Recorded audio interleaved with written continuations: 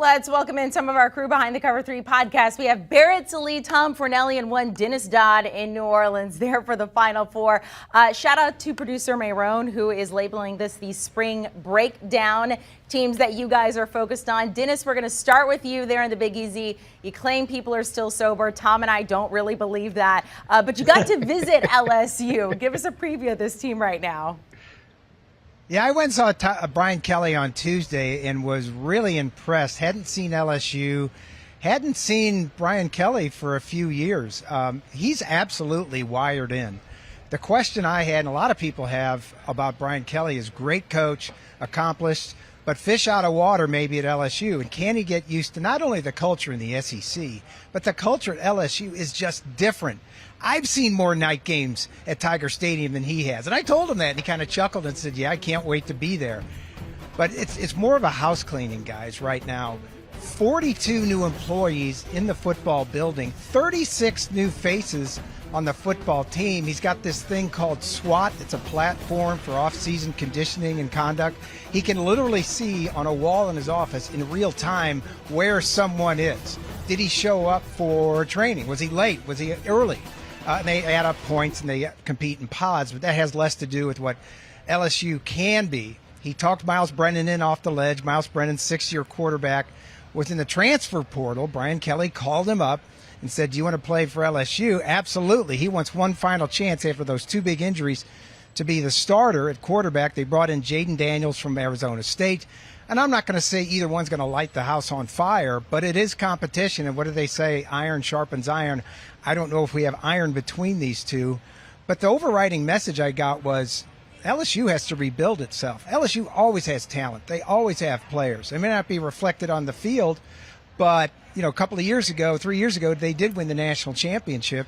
And he was pretty forceful, a lot of candor about what he has to do, a lot of accountability. I think guys that don't measure up are going to be told to hit the highway, and that's why he's brought in a lot of these transfers. 36 players. That includes grades, guys that transferred, not including guys that have graduated. So a lot of players have left LSU. Brian Kelly, and I know you're going to ask the question, what about the social media stuff? I saved that till last, and he said he totally embraces it.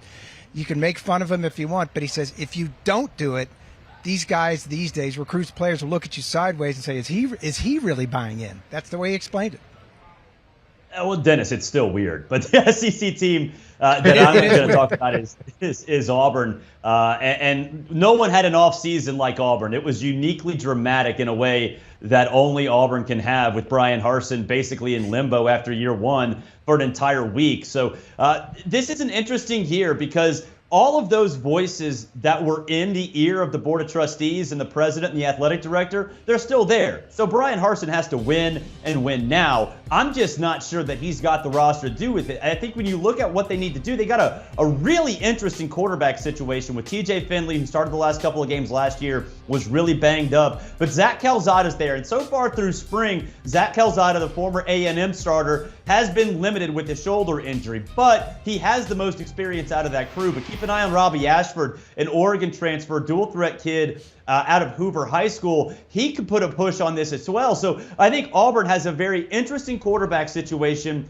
with 3 different transfers and then a defensive line that has to be replenished. And it's an interesting year for Auburn. They have a very tough schedule. And if they don't get off to a hot start, all of those people who tried to get Brian Harsin fired in February will probably get him fired in October. Yeah, there's a common thread between the 3 SEC teams we're talking about here today. Not just that they're all in the SEC West, it's just that there is a lot of turnover. I'm looking at the Ole Miss Rebels going into this spring as a team that has a lot of new faces in a lot of key places. And obviously, Matt Corral at quarterback is gone. Jackson Dart has come in from USC. That's going to garner a lot of attention this spring, as will Ole Miss trying to replace a lot of its leading receivers on the offensive side of the ball. But I'm more interested in the defense, because if Lane Kiffin has shown us anything throughout his tenure as a head coach or an assistant coach, is the offense is going to be fine. He knows how to call plays. They're going to score points.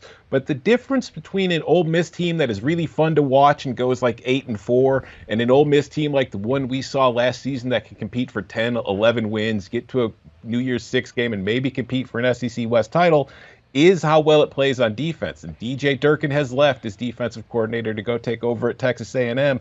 And they've got new coaches coming in to run the defense and a lot of transfers coming in at key spots on the defensive line, at the linebacker position, at safety. And it's going to be interesting to see how quickly that Ole Miss defense can begin the process of figuring out its new look and figuring out how to play with one another, because defenses are units. You can't just have one guy making spectacular plays. Everybody has to be doing their job to be successful, especially when you're going up against some of the offenses they'll be facing this year. So for me, that's the biggest thing about Ole Miss this spring. Let's do a sports network that delivers everything that matters about the game: the highlights, the picks, the instant analysis. No yelling, no fake debates, no politics.